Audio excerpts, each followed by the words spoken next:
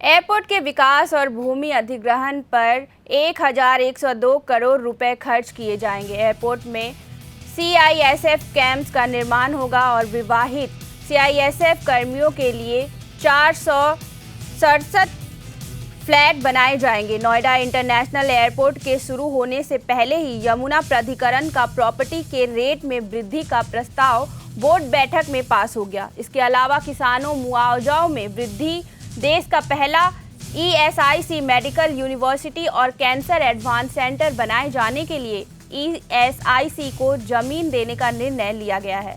यमुना प्राधिकरण सीईओ ने doctor Arunvir Singh press वार्ता में जानकारी दी कि बोर्ड बैठक में प्रस्तुत किए गए प्रस्ताव में प्रॉपर्टी की कीमतों में बढ़ोतरी की घोषणा की गई है।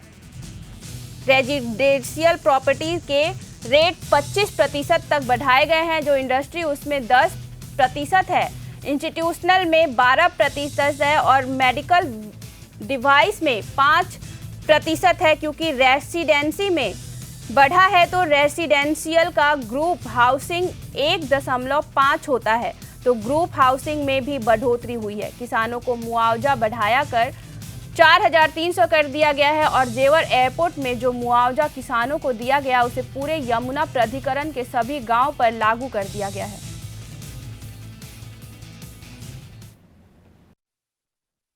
आज हमारी 84वीं बोर्ड बैठक थी, जिसमें कि हमारे अध्यक्ष महोदय की अध्यक्षता में बोर्ड बैठक हुई।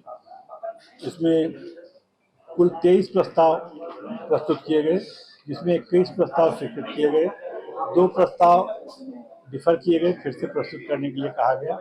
मुख्य रूप से आज के प्रस्ताव में किसानों को 31 से बढ़ा करके किसानों का मुआवजा दर 45 रुपये कर दिया गया और ये जैसे जेवर एयरपोर्ट में जो दिया गया वो पूरे यमुना प्राधिकरण के सभी गांव में वो रेट लागू होगा, सभी प्रकार के परचेज में। साथ ही साथ जो 7% प्लाट की सुविधा है वो भी पूर्व की तरह अनवन्य रहेगी।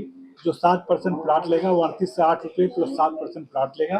जो प्लाट नहीं लेना चाहेगा वो सीधे 4300 लेगा। तो ये पहला निर्णय है।